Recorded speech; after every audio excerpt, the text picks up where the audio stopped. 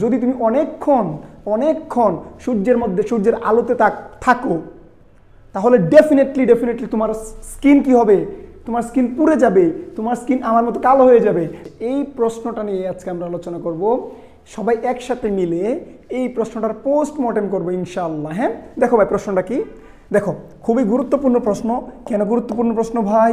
দেখো তো কত জায়গাতে প্রশ্নটা আসছে, জাহাঙ্গীরনগর ইউনিভার্সিটিতে আসছে, তোমরা জানো। হ্যাঁ, 17 তারিখ কিন্তু জাহাঙ্গীরনগরের পরীক্ষা আছে। সো জাহাঙ্গীরনগর ইউনিভার্সিটিতে কিন্তু এই টাইপের প্রশ্ন চলেও আসতে পারে।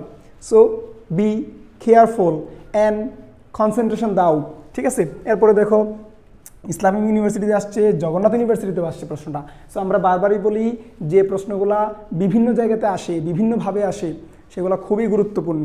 এবং এমন একটা জিনিস নিয়ে আজকে কথা বলবো, ক্লাস 6 থেকে বিসিএস পর্যন্ত বাংলাদেশের প্রত্যেকটা পরীক্ষায় প্রত্যেকটা বছর এখান থেকে 1 নাম্বার কমন। তাহলে এই জিনিসটা কি ভাই? এই জিনিসটা হচ্ছে কন্ডিশনাল সেন্টেন্স। সিতে কন্ডিশনাল, সিতে ক্যারাবেরা। ইফ থাকলে আমরা কি বুঝি? এটা কন্ডিশনাল সেন্টেন্স। ইফ দ্বারা কন্ডিশনাল হয়, হ্যাড দ্বারা কন্ডিশনাল হয়, ইন কেস দ্বারা কন্ডিশনাল হয়, আনলেস দ্বারা কন্ডিশনাল হয়, ওয়েন দ্বারাও কন্ডিশনাল হয়। কিন্তু আমরা বাংলাদেশে কন্ডিশনাল বলতে সাধারণত ইফ কন্ডিশনালকেই বুঝে থাকি, ঠিক আছে ভাই? তাহলে চলো আমরা একটু প্রশ্নটা সলভ করার চেষ্টা করি। কি বলতেছে?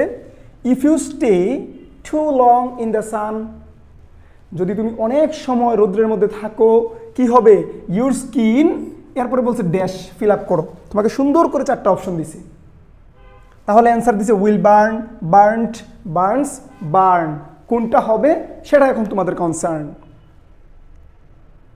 তাহলে চলো আমরা একটু সলভ করার চেষ্টা করি। আমরা কিভাবে কন্ডিশনাল সেন্টেন্সগুলো আসলে সলভ করি? আমরা দেখি যে অংশটা আমাকে দিয়ে দিছে ওই অংশটার মধ্যে আসলে কি ক্লুটা দিছে। তোমরা সকলেই জানো কন্ডিশনাল সেন্টেন্সের মধ্যে তোমার ক্লু কোনো না কোনো ক্লু দিবেই। হয়তো বা সে ডান পক্ষে একটা ক্লু দিবে অথবা বাম পক্ষে একটা ক্লু দিবে। দেখো আমাদের যেহেতু ডান পক্ষে ড্যাশ আছে, সো ডেফিনেটলি ওরা বাম পক্ষে একটা ক্লু দিয়ে দিছে। তাহলে আমরা ক্লুটা কি জানি? কন্ডিশনাল সেন্টেন্সের ক্লু মানেই ভার্বটা। কন্ডিশনাল সেন্টেন্সের ক্লু মানে কি রে পোলাপান? ভার্ব। তুমি ভার্বটা দেখবা, ভার্ব দেখেই তুমি আসলে আইডেন্টিফাই করো যে কোন ধরনের কন্ডিশনাল এটা, ঠিক আছে। সো স্টে মানে হচ্ছে V1। তাহলে আমরা জানি V1 দিয়া 2টা কন্ডিশনাল হয়, একটা হচ্ছে জিরো কন্ডিশনাল, একটা হচ্ছে ফার্স্ট কন্ডিশনাল। এখন জিরো কন্ডিশনাল আর ফার্স্ট কন্ডিশনালের মধ্যে কিছু ক্যারাবেরা আছে, এই ক্যারাবেরা কিছু পার্থক্য আছে, এটা তুমি বুঝলেই হয়েছে, ঠিক আছে ভাই। তাহলে এইটা কোন কন্ডিশনাল? এখন আমরা জানি যদি ফার্স্ট কন্ডিশনাল হয় তাহলে ডান পক্ষে কি হয়? Will plus V1। আর যদি জিরো কন্ডিশনাল হয় তাহলে ডান পক্ষে কি হয়? শুধু V1। তাহলে এখন তোমাকে বোঝা লাগবে এটা কি জিরো কন্ডিশনাল নাকি first conditional.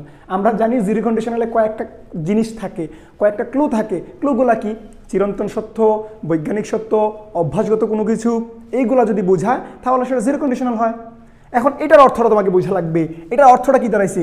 If you stay too long time in the sun, যদি তুমি অনেকক্ষণ অনেকক্ষণ সূর্যের মধ্যে সূর্যের আলোতে থাকো তাহলে ডেফিনেটলি তোমার স্কিন কি হবে? তোমার স্কিন পুড়ে যাবে, তোমার স্কিন আমার মতো কালো হয়ে যাবে। তার মানে বিষয়টা কি হইলো? তাহলে এটা তো ঘটবেই 100%।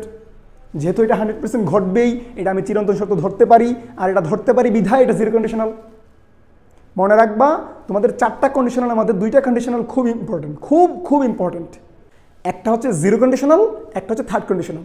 জিরো আর থার্ড, এই দুইটা থেকে তোমার সবথেকে বেশি প্রশ্ন আসে, কারণ এই দুইটাই সবথেকে বেশি ক্যারাবেরা। তাহলে আমরা বুঝে ফেললাম এটা জিরো কন্ডিশনালের প্রশ্ন। তাহলে যদি জিরো কন্ডিশনালের প্রশ্ন হয় তাহলে আমরা ডান পক্ষে কি নিব? ভার্বের 1 নাম্বার ফর্মটা নিব। এখন দেখো উইল বার্ন কি হইতে পারে? না ভাই, উইল বার্ন হতে পারে না, এটা শেষ। বার্নড মানে হচ্ছে B2, এটাও হইতে পারে না।